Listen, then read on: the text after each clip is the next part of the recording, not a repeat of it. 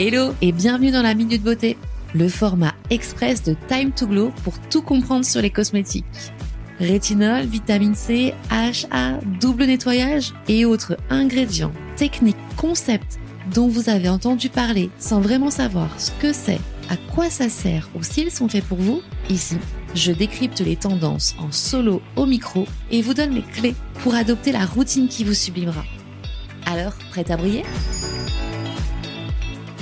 Aujourd'hui, je te partage les meilleurs conseils de mes invités au fil de nos conversations. Des astuces simples, concrètes, mais qui sont revenues encore et encore. Et évidemment, je les valide. Premièrement, l'hydratation. Boire de l'eau, évidemment, hydrater sa peau et son corps au quotidien. Beaucoup de mes invités ont rappelé qu'une peau éclatante est une peau qui est bien hydratée. Et ça passe autant par le soin que par l'intérieur. Alimentation, sommeil, circulation, microbiote. Certaines parlent même d'hydratation comme premier et réel geste beauté avant tous les sérums ou toutes les technologies. Deuxièmement, la protection solaire. C'est certainement le conseil qui revient le plus souvent à mon micro. Mettre une protection solaire tous les jours, même en ville, même quand il ne fait pas beau, car les UV sont responsables du vieillissement cutané, mais aussi d'autres problématiques de peau. La prévention reste vraiment le meilleur geste anti-âge. Et plusieurs de mes invités ont insisté sur l'importance d'agir tôt, sans attendre d'avoir un problème, avec des routines préventives et régulières. Troisièmement, le massage, le drainage. Le massage du visage ou du corps aide à relancer la circulation, à drainer, à détendre les tensions et à redonner de l'éclat. Drainage lymphatique, Kobido, massage profond, massage facialiste. Beaucoup de professionnels expliquent que la main et le toucher restent irremplaçables, même avec de nouvelles technologies.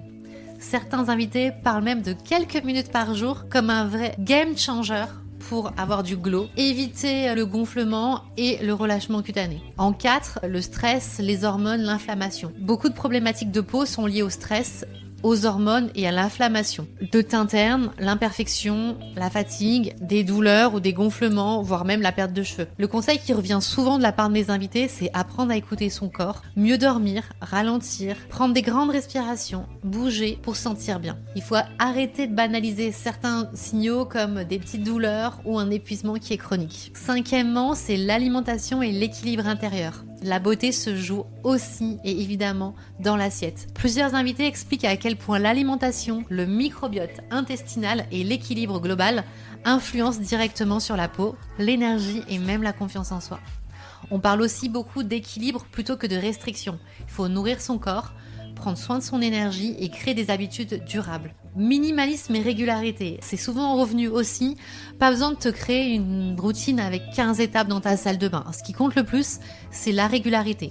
Des bons produits, des gestes adaptés et une routine qu'on arrive à tenir dans le temps. Beaucoup de mes invités ont préféré avoir des produits et des soins ciblés, efficaces, personnalisés, plutôt qu'une accumulation de produits ou de tendances. Et le conseil ultime, c'est révéler plutôt que de transformer. C'est le message le plus fort de tous ces échanges. Que l'on parle de maquillage, de soins, de médecine esthétique, de coiffure, mes invités reviennent toujours à cette même idée.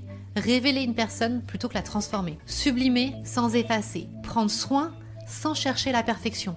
Et construire une beauté qui ressemble vraiment à qui l'on est. Voilà, je t'ai résumé les conseils qui revenaient. N'hésite pas à écouter les épisodes de leur parcours aussi ultra inspirant. Je les remercie vivement d'avoir participé à ces épisodes. Ça continue encore. Et puis, si tu as des idées de thématiques pour la Minute Beauté, tu as envie de me soumettre des invités, bah écoute, n'hésite pas à m'écrire.